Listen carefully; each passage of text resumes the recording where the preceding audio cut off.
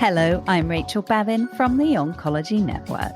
Welcome to the Oncology Podcast's Experts on Point series. We're back after the festive break with a fantastic new episode for you. Today I'm chatting to radiation oncologist Eugene Coy and medical oncologist Lizzie Smith, both of whom were international guest speakers at the AGITG meeting in November 2022. Will AI replace radiation oncologists? Eugene gives us the lowdown on the latest AI developments, big data, dose escalation, and radiomics. Lizzie talks us through treatment options for patients with operable gastroesophageal adenocarcinoma, a recap of international collaborative research projects, surgery-free approaches in upper GI cancers, and we also look at the future of immunotherapy in GI cancers, including the role of CAR-T in solid tumours.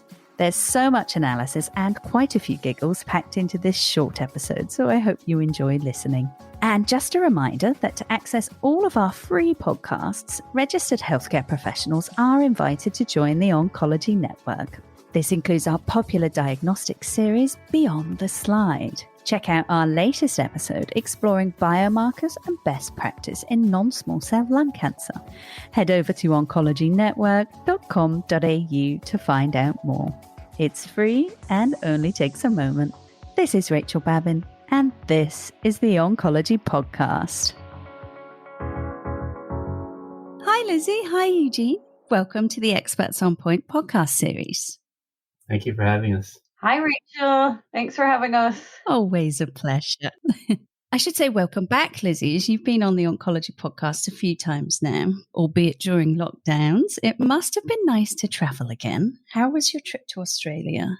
Thanks. Yeah, it's great to be on the road again. And I think I hadn't been in Australia for a couple of years, so it was fantastic. You know, great to see old friends, meet new friends, and I really enjoyed the AGIGT meeting. It was pretty spectacularly organized.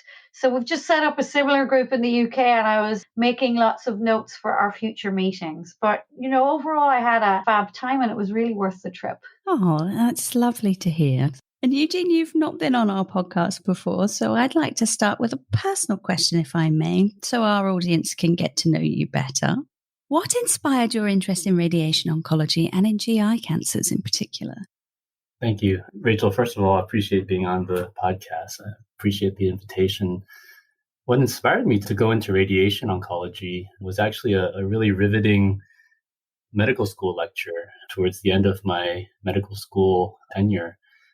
One of my professors introduced me to the field, and it was just a really fascinating and patient-oriented oncology practice. It offered an opportunity to practice evidence-based medicine, have access to a lot of really cool tools that could help patients and had evidence behind it to change the outcomes of patients and really help them. So there was a lot of great clinical satisfaction, reward, from taking care of patients in that way. But it also offered an opportunity to take care of, patients through research. And that was one of my other passions. And, it had an opportunity to really combine science with clinical care. And, that's what really kind of drove me towards radiation oncology. As far as GI cancers, that was something that I was focused on during my residency as a postdoc. I took 1 year off to do a focused research year. And that's how I got involved with pancreatic cancer research. That's where we started to do some of the imaging research. Some people call it radiomics, where we're quantifying some of the properties of different types of cancers, including pancreatic cancer, to understand the disease biology and how the patients might respond to treatments like chemotherapy and radiation. Thank you. It's a really interesting insight. And how did you enjoy your trip to Australia? It was fantastic. Everything that Lizzie just said. It was very well organized, a really engaged, audience and, participants. I met a lot of really fascinating people and, a lot of smart people who just really wanted to move the field forward. So I was very fortunate to have the opportunity to go. So Lizzie, we'll move straight on to the ASM. How was the meeting this year? Did you enjoy it? It was fantastic. So I attended the colorectal preceptorship on the Monday, and it was great to see all the young oncologists talking about colorectal cancer and learning, presenting their cases for the day. And I really enjoyed seeing during the course of the meeting the integration of all members of the team who are engaged in research across the sphere, in colon and gastric and in pancreas. And that includes the research nurses and the trial practitioners. And I celebrate the way that AGIGT acknowledges the really important contribution that those team members make to research.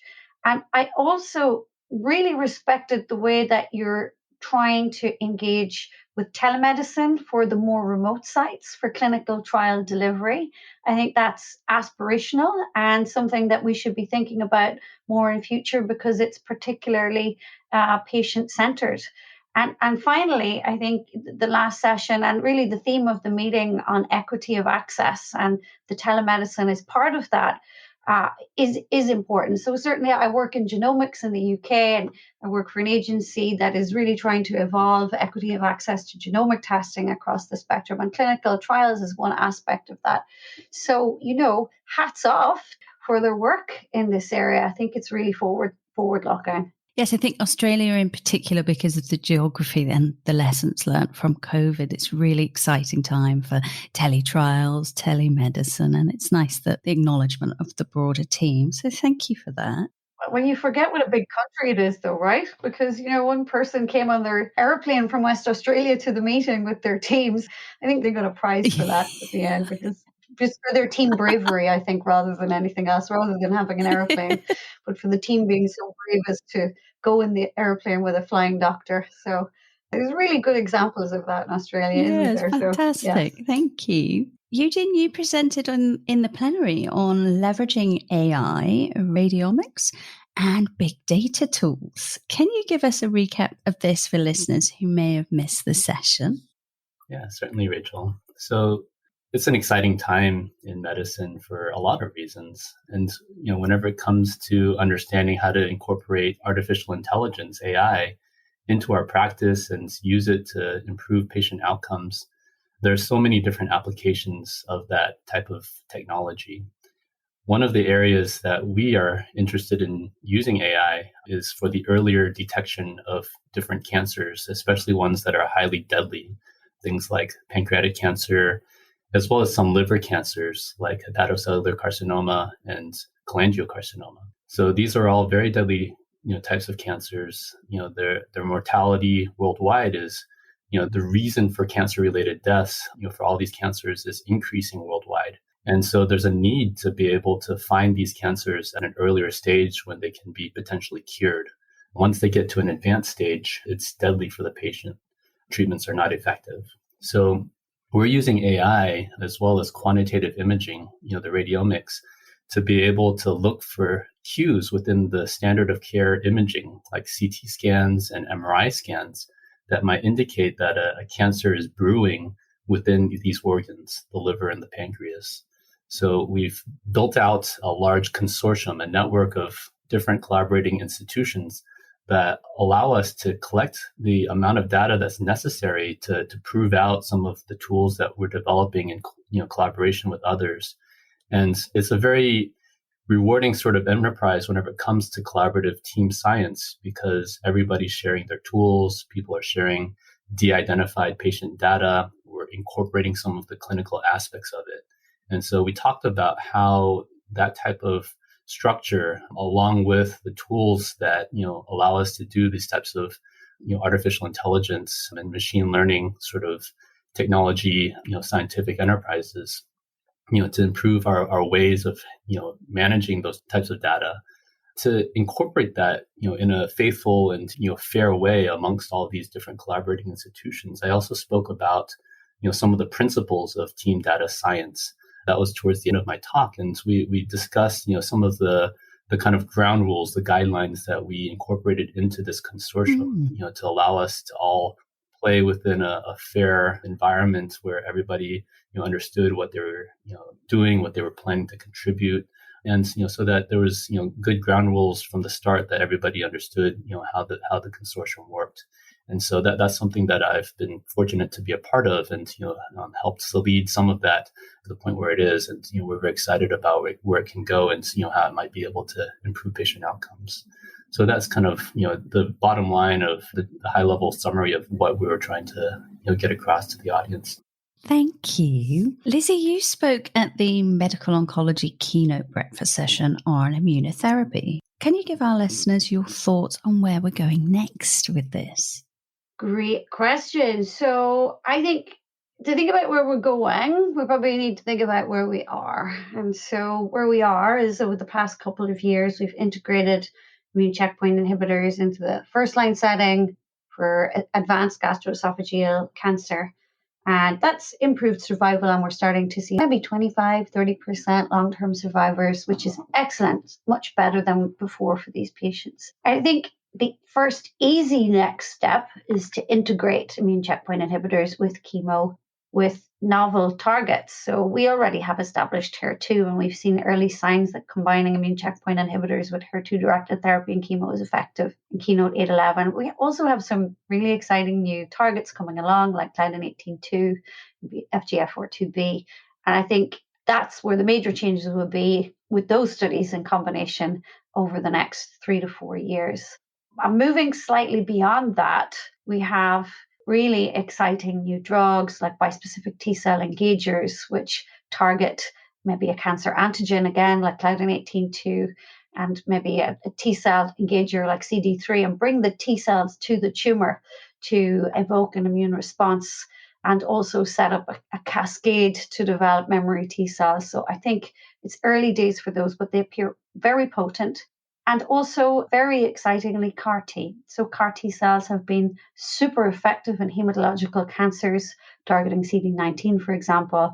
But we've really lacked target in solid tumors because of off-tumor on-target toxicity. And looking at Claudin 18.2, this appears to be quite a unique biomarker, which is predominantly expressed only on the tumor on pancreas cancer, actually, as well as, you can't see it on the podcast, but I can see Eugene nodding his head.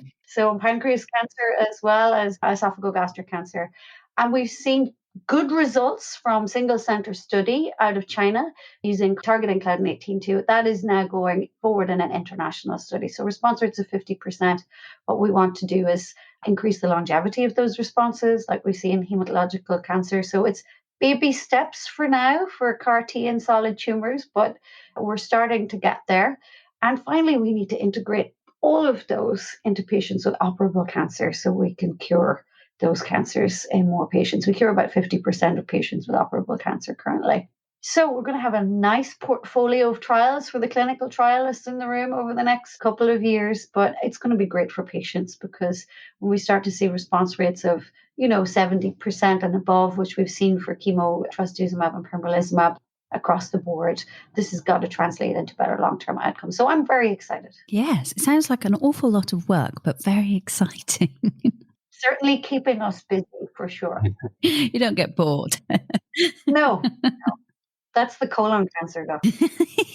So, Eugene, you also spoke about dose escalation for pancreatic cancers. Can you walk the listeners through your thoughts on that? What Lizzie just talked about is extremely exciting. There's been so much progress in the medical oncology field and using cell therapies, like she was saying, and similarly with radiation oncology, we've seen just a huge growth, explosion of technology incorporated into our practice over the past, couple of decades now. And we've leveraged that to escalate the radiation doses to things like pancreatic cancer, intrahepatic cholangiocarcinoma, and hepatocellular carcinoma to help patients live longer or to improve, some of their symptoms. So these are deadly cancers, as I spoke about earlier, whenever it came to the AI and the earlier detection of those, through AI and the radiomic tools. But on the clinical side, what we're trying to do with radiation oncology is identify the patient populations where it makes sense to target the primary tumors, where the cancer is developed originally, with higher doses of radiation than we have traditionally treated those tumors with. And so it's a combination of different technologies that have emerged over the past decade or so. that have enabled that to be done safely. Key is that you're delivering these higher doses safely so that you're not harming the patients, while you're trying to improve their outcomes. And so we spoke about the evidence behind that for those, 3 different cancer types that we have a clinical and research interest in: pancreatic, cholangiocarcinoma, and hepatocellular carcinoma. And in all 3 domains, there is evidence that there are selected patients where these higher doses of radiations, make a big difference in terms of their longevity. So there's a number of retrospective data that's coming out for pancreatic cancer. There was a recent prospective registry trial that was published in one of our major oncology journals, all indicating that, these higher doses in selected patients, may really improve the outcomes for these patients who are not eligible for cancer surgery particularly. In the place of surgery, if you escalate the radiation dose for some of these selected patients, that could have a meaningful impact on their lives. Similarly, for intrahepatic cholangiocarcinoma, this is a deadly cancer in the bile ducts of the liver. A lot of these patients we've shown, die of liver failure because the tumor outgrows, what the liver can handle. It blocks the bile ducts, or it, chokes off the blood supply to the liver. And with the liver being an essential organ, that leads to the patient's death. And so by controlling that disease and stopping that growth process, which would kill the patient otherwise, by escalating the radiation doses, we're seeing, as well as others are seeing, that these higher doses are actually helping these patients live substantially longer than we would have expected. So these are exciting results. And finally, with hepatocellular carcinoma, there was a recent public presentation at one of our major radiation oncology meetings, ASTRO, where Laura Dawson presented the results of a phase 3 randomized study indicating that stereotactic radiation, where you're delivering high doses focally to the primary liver tumors of these patients with hepatocellular carcinoma, actually improved overall survival compared to standard chemotherapy, at the time, sorafenib, for these patients with these unresectable hepatocellular carcinomas. So these are our 3 different lines of evidence, each one kind of at different stages of development, all suggesting that there is a role for radiation in selected patient populations. Excellent. So plenty of work for the radiation oncologists to be getting on with as well, then, by the sounds of it. Wonderful. Now, Lizzie, you're quite well known for your collaborative international research projects. You also spoke about the upper GI cancer research portfolio at the AGITG meeting. How does this fit into the international context? I mean, I like getting on planes to go and talk in places, yes. I should say to the listeners that I can see at the moment behind Lizzie a bookshelf full of all of her beautiful travel books. So I think there's probably some truth to that. That is true, although, I cannot claim credit for them. If you look quite closely, many of them are in Italian. So my other half is in Italian, and I can't claim to have read them all, although they do look very pretty. But we share that common interest. So AGIGT has a research portfolio, and I'll speak maybe to the esophagogastric portfolio predominantly. It's right in the middle of the questions that we want to be asking. So I think from an upper GI perspective, one of the hottest topics that we have is what's the best treatment for patients who have operable gastroesophageal adenocarcinoma. And in one camp, often in the US, especially for junctional tumors, we favor chemoradiotherapy. And in another camp, often in Europe, but not always, we favor perioperative chemotherapy. And I think we've not had a satisfactory answer to that question. And so the Top Gear study, which Professor Long has run and which has completed recruitment in an international context, which is fantastic, is going to answer that question. So I think it's one of the most hotly anticipated trials globally over the next couple of years. That and EZOPEC will literally tell us what to do for patients with operable gastroesophageal cancer. And what I like about Top Gear is it's integrating chemotherapy and radiotherapy before surgery when we know it's better tolerated, and patients can go on to adjuvant chemo if they're fit. So it's a good study. And I also liked some of the research which was being done looking at, for example, priming with neoadjuvant immunotherapy for patients with dysphagia before radiotherapy. And I think this is a very interesting question for patients with low volume disease. And the fact that that study was focusing on a symptom which is disabling for many patients.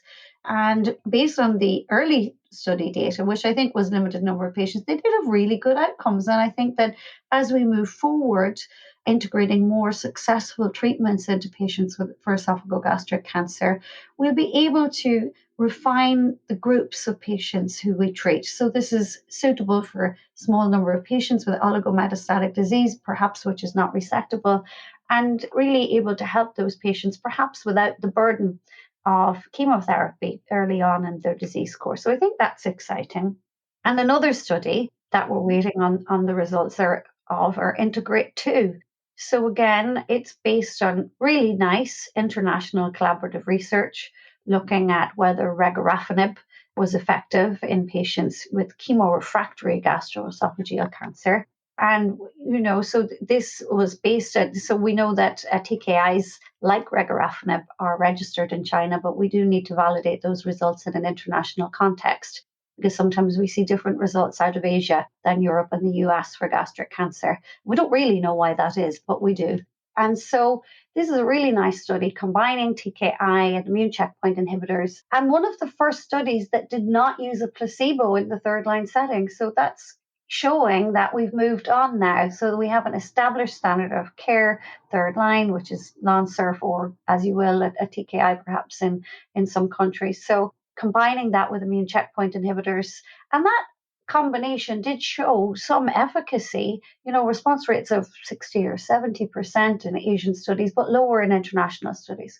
So I think this is a testament to the work of the collaborative efforts of AGIGT with Asian colleagues, with Korean patients in the study, Australia, New Zealand, Canada. So really nice to see an academic study that's recruiting internationally. It's a lot of work.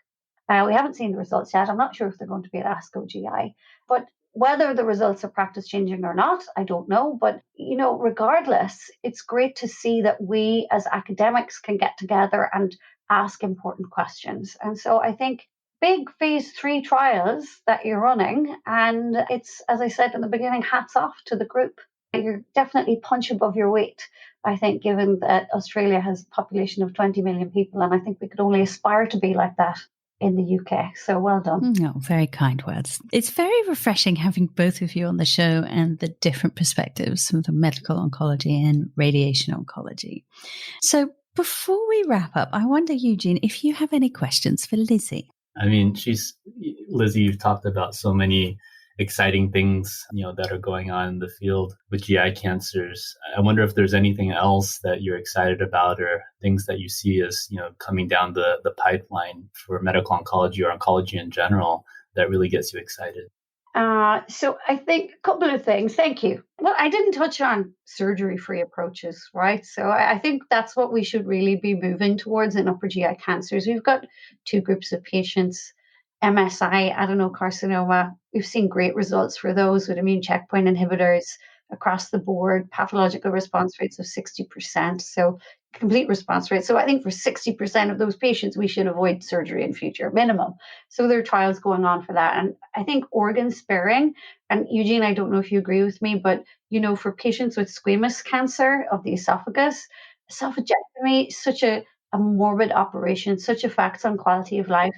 Those are quite immune sensitive patients. And I think what I'd like to see, as I'm sure you would, is oncologists, be they medical oncologists plus radiation oncologists, curing squamous esophageal cancer with chemoimmunoradiotherapy. So I think that is certainly where we should be for those patients. And that's the most common cancer globally in esophageal cancer. So that would be a sea change and great for patients. Definitely. Very exciting areas. And I totally agree with you, Lizzie. Excellent. And now the other way round. Lizzie, have you got a question for Eugene? Oh, I have a really hard one. I've been thinking about it during his excellent discussion on AI. So, do you think AI planning can replace radiation oncologists, radiologists? Are medical oncologists any better off, any safer in our jobs? Uh, it's such a powerful tool. And should I be looking to sign up for the dole in about 10 years? So that's my Right, question. right. No, that's a wonderful question. In fact, one of our radiation physicists here at MD Anderson has developed an AI-based tool that does the planning, or at least creates an initial plan of radiation therapy, automatically. So Lawrence Court has really pioneered that type of approach for radiation oncology in straightforward sorts of cases, where you can plan these in a simple beam arrangement, and it's a very standardized approach to designing the fields because there are bony landmarks, anatomical landmarks that you can train the AI algorithm to look out for, and then create margins around that so that you're covering the areas that need to be treated. That's how radiation oncologists, have practiced for decades now. I mean, that's how our fields have been designed, because those are the areas that are at risk. So things like rectal cancer, other things like, bone metastases, where you can very clearly see them on imaging, just requires training the algorithm, to find the tumor and then, or the bony landmarks or anatomical landmarks, and then create some margin around that. So that is something that exists now and is actually being created for, community practices, especially third world countries where they may not have proper physics or dosimetry support. Those are other people, kind of behind the scenes that the radiation oncologists have to work with to create the radiation plan and be confident that we're delivering the radiation safely for the patients. That's an entire team that works to create those sorts of things, in tandem with the radiation oncologist. So this type of AI tool can help to supplement, things where you're resource limited, especially in third world countries. It won't necessarily replace the radiation oncologist, so we'll be around for a little bit longer, at least, because you have, individualized treatments, especially whenever you're escalating the radiation dose. It's really not possible to have a large enough patient sample size at this moment, train an AI algorithm to try to do that, at least in my opinion. There's so many different factors that you need to take into account, and factoring that into, training an AI algorithm and doing that confidently for a patient without any physician input would be, potentially hazardous. So there are certain situations where it is appropriate, and it is already being used to some extent in the context of clinical trials and research. So I think that it remains to be, fully borne out, but there are definitely exciting developments along that line. That's fantastic to hear. So you're still going to be needed to tell the algorithm what to do, you hope. We have a job for the foreseeable future, definitely. Phew. What a relief. Excellent, thank you. It reminds me of that scene in Charlie and the Chocolate Factory when the dad gets his job back at the factory fixing the machine that took his job in the end. You can tell I have a 5-year-old. All my references are children's movies at the moment. That's great. That's very good. I like that analogy. Yep. Now, before we wrap up, Eugene, were there any other presentations that stood out to you at the meeting? For me, I think that, there were so many fantastic presentations. I think Lizzie touched on, some of the clinical trials that AGITG, has been spearheading, and it was fantastic to get updates on those. During the plenary session, there were 2 other really fantastic talks about AI and, big data. There's just so many things to be excited about in the field of oncology in general. So we just have many things to look forward to. And, I think it really requires, an engaged audience of clinicians, researchers, translational people who take what they learn at the bedside and, bring it to patients in the clinic so that we can translate those discoveries. And I was just, enthused and energized after leaving the meeting and, meeting all these fantastic people and learning what they were doing and, how we might be able to work together in collaborative ways to move the field forward. So I would say the entire conference was just a well done thing. We met so many, really smart, intelligent, and engaged people, and just looking forward to the next time. Oh, excellent. I'm glad to hear that you had such a worthwhile trip. And Lizzie, was there anything else you wanted to mention? One of the highlights of the award dinner for me was the beautiful videos that patients had made discussing the contribution that trials had made to the care of their loved ones with cancer and their fundraising efforts. And I know that sometimes it's stressful for patients or their carers to come to meetings, especially in front of large groups of attendees, and discuss their work or discuss their treatment.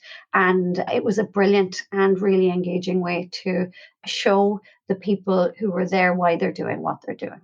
Oh, it sounds like a very moving contribution. It was beautiful, actually. It was beautiful. You have no idea how much I'm going to copy all of these things for our UK meeting next year. It'd basically be a clone of of AGIGT. So, it's a good job I didn't sign any contracts for IP or anything, because it's all coming to the UK now. Well, oncology is a very collaborative specialty, so I'm sure it won't be too much of a problem. I mean, it's all about stealing other people's ideas, totally. I think we've pretty much covered it all. I think the science was great. I'd like to give a mention to your superb MC, who really kept the conversation and the discussion going. It's not something that I had experienced before, and I think would definitely like to integrate that into any conferences I'm organizing in future. I think Eugene has really mentioned the science, and the science was top notch, but also I think the final session, looking at the efforts that are being made to involve rural and Indigenous Australians in cancer care and cancer research, were particularly insightful for me, because perhaps not something that I had on my radar before. And to see also the government ministers and representatives come along to the meeting and talk about what was being done from a regulatory and a policy perspective, and how trials groups can seek to influence that. We all need to talk to each other about, how to make things work for everyone. And, I think that's as relevant for translational research as it is for drug development, because what we see now is we see regulatory agencies saying that, we are licensing these new drugs, which look helpful in populations in which they may not have been tested. And to truly assess their efficacy and safety, we need to reach everyone, and we need to have scientific models that represent all types of populations. And I think that that's not something perhaps that we've thought about in great detail in the past, and that's been recognized, and we're moving towards something more equal in future. So, that I think was one of the take-home messages for me, as well as the excellent science and the clinical trials and the fun. It was good. Fun to meet everyone. Excellent. Well, I'm glad that it was so worthwhile for you both, and lots of fun too. So thank you both very much for your time today, and thank you for the AGITG for putting on another thought-provoking meeting. It's been a real pleasure speaking to you both. Thank you so much for having us. Thanks so much, and thanks to the group for asking us to speak. See you again sometime soon. Absolutely. Yeah, take care, everybody. Keep us posted. Thank you. You've been listening to the Oncology Podcast's Experts on Point series, brought to you by the Oncology Network. To hear more podcast episodes, head over to our oncology portal at www.oncologynetwork.com.au. Registration is free for healthcare professionals and will give you access to all our exclusive content, such as our fantastic diagnostic series, Beyond the Slide. If you've enjoyed today's episode, please share it with your colleagues. This is Rachel Babin, and this is the Oncology Podcast.